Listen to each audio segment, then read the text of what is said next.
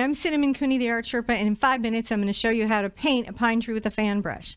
Now, starting with brown, green, and a black paint, you're going to make a upward line on the edge load of your fan. This is a hog bristle fan, just touching the edge. You can see I'm loading with dark colors, rocking on a corner. I'm going to come up and stipple the top of the tree. Those are up-down brush strokes with the corner of the brush loaded. As I move down the tree, you'll notice that I'm stippling back and forth, making branches that are longer and shorter. I like to vary those, but as the tree goes down, the overall width of the trees should get better. I know that seems like a lot to juggle. I'm loading more paint right now to make sure that I have ample paint as I paint down the tree, stippling as I go. Now, as you're doing this, remember to try to make the tree widen at the bottom, but still have variety of length of branches. It's a bit of a juggle. I really like the phthalo green and the burnt sienna that I use for this, but you can use any colors that you have that give you a dark value to start the tree. We want to start the tree with a dark value and then build up into lighter values. You can see I'm continuing to edge load, which is at the toe of the brush, loading up and stippling down. The pressure is light. I am moving back and forth quickly. I'm making sure that the center of the tree seems full and not entirely empty. I'm rinsing out, wiping off on a towel, and I'm going to come in and start to add some highlights. Now, because I want synergy in the tree, I'm going to take my green, my brown, and my yellow. This is cad yellow, but you can use any yellow that you have. You just want a lighter color. I'm going to load that up more fully than before, but still on the edge. On the corner, I'm going to stipple up and down, controlling the distance.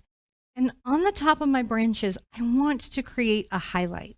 The reason I want to do this is that you want to make it seem like sunlight and lighter color is on the top of your branches.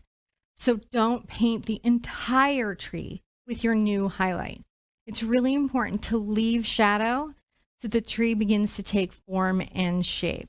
It's a lot of fun to practice this, and stippling is a lot of fun, but less is better. Rinse out, dry off, and now you're ready for the next color. I'm going to come in and I'm going to make an even lighter color. I'm going to take some green and yellow. I'm going to lighten with green and yellow first before I add any white so that my color doesn't go too minty. I pull from the previous color and I'm going to come down and again, another brighter, lighter sunlight color. Right? So the value must be lighter. These are the bright little sparkles of sunlight that can hit trees. So even though you're painting in a fan, you still want to do your basic art construction. Notice that the tops of the trees have less highlight than I did previously before. So I'm leaving my previous highlight still showing and the first shadow. That's very important. I'm rinsing out and now I'm going to make some grass. I'm taking my green and brown again to make my dark value because like grass, it has to have a shadow. I'm doing an upward stroke, letting the fan create the blades of grass. There is a slight curve to the right and left as I travel through the canvas, and sometimes I move to the edge. I'm trying to build out a space and create a deep value in texture. Just upward strokes, keep things uneven, add a little yellow for highlight, just like the tree. Now at the tips or the edges of your previous strokes, you want to add a yellow highlight.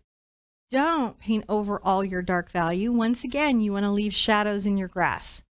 Just the edges, just the tips of the grass, pull forward, and you could see how a field could be very easily painted quickly. I'm going to continue to add yellow, creating even more highlight, lightening my green with yellow, and I'm going to come in and add just another delicate, like the smallest amount of glow, more on the left than on the right, but still dispersed wherever I feel like in my imaginary world the tree would have sunlight.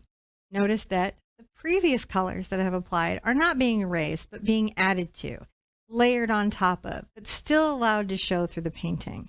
I'm stippling up and down. My brush handle is fairly vertical. It's not really specifically upward or downward, but I would say if it had a curve, it would be slightly more upward. As I go up to the top, I make sure I kiss a little bit of the yellow, and whatever's in the tree also needs to be in the grass.